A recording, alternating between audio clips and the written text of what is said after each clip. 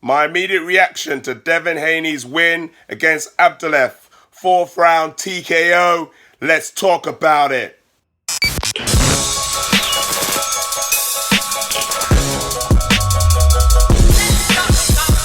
Hey, this is Mike from EdgeNote 50 TV talking about boxing. If you're watching this channel for the first time, hit that subscribe button, that like button, and that notification button as I'll be posting more videos like this on the regular.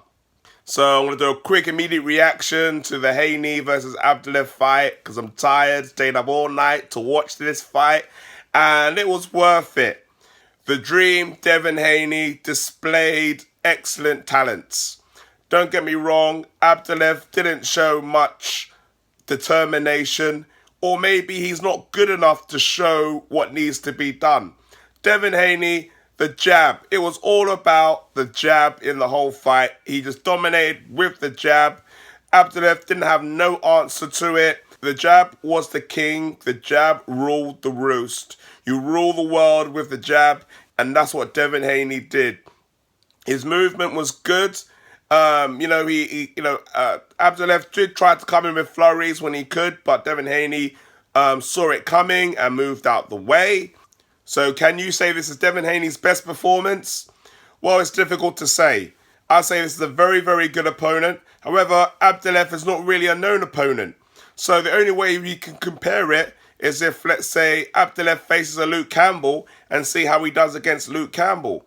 If Abdullaev really performs against Luke Campbell, then you can say, do you know what? Devin Haney really made this look easy. So it's difficult to say or rate the performance. However, Devin Haney did what he had to do and he achieved it very well and executed it very well. Now afterwards, he called out Lomachenko, or shall we say Nomachenko. You are now the mandatory challenger for Vasily Lomachenko's 135-pound title. Do you believe at 20 years old you're ready for that type of challenge? I think you said his name wrong. It's Nomachenko because he doesn't want to fight me. But it's I feel like I'm ready for the fight. This is the WBC mandatory. So Nomachenko, come on, man, let's get this fight going. He's coming out with these little puns now.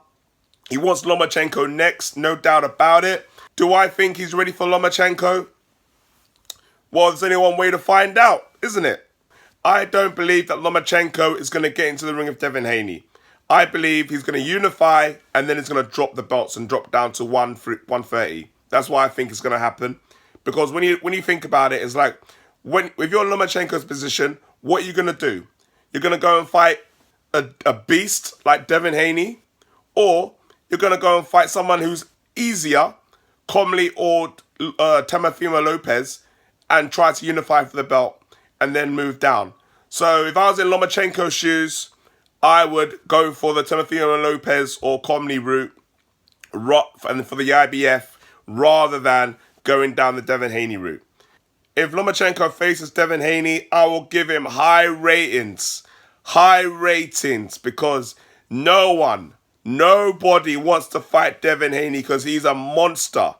He's a monster. So I would give him huge props for fighting Devin Haney. But I do not think it's going to happen. He's going to go down the other route, like I mentioned, he's going to move down to 130 after he unifies the belts, which I believe he will go on and do. He'll beat Comley and he'll beat Teofimo Lopez, no problems. Now, what's the future for Devin Haney? Now, he's mentioned that he wants to go on to the Logan Paul and KSI undercard. If that happens, I think it's a fantastic move. Now, there's people hating on KSI and Logan Paul, but at the end of the day, it could be potentially watched by over millions and millions of people across the world. KSI and Logan Paul, hate it or love it, they have got 40 million subscribers between them. Yes, 40 million subscribers. What? You didn't hear me? 40 million subscribers that they have.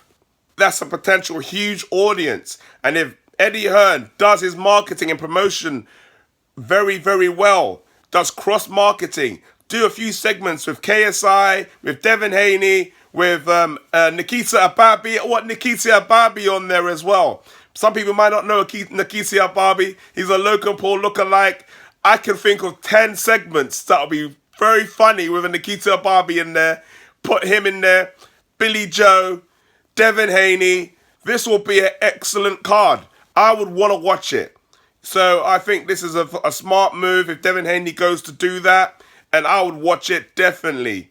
Not pay-per-view though, but I'll watch it if it was free on TV. Just making it clear. Not pay-per-view though. So yes, that's where his future is going at the moment. He says he wants to stay at 135 as long as possible to get a belt. I'm thinking he's going to have to wait at least maybe a year and a half, 2 years before he gets a title shot. Maybe. So it's going to be there for a long while before he gets a title shot or before he moves up to 140. So I'm not talking about 140 yet, but the future is very bright for Devin Haney. I believe that he is the future. Eddie Hearn, he needs to treat this guy like gold, treat him and look after him, give him the right fights at the right time, nurture him, and make sure that he becomes one of the biggest stars in boxing today. Because I believe that with the right promotion, which I believe Eddie Hearn is the right guy, and I believe that with his work ethic, his hunger, his motivation, his dad behind him as well, and as long as he stays humble and keeps working hard in the gym to perfect his skills, then he has got a high ceiling and there is nowhere that he can go and there's no end to his ability. So what do you guys think of that performance? Where do you think his future lies? I want to know what you guys have to say. Leave your comments below. This is Mike signing out from EdgeNote 50 TV. You can get me on my social media. Like this if you like the show. There's more shows on my social media page. Follow and watch. Anything else you want me to talk about, let me know. And I'm going to talk about it.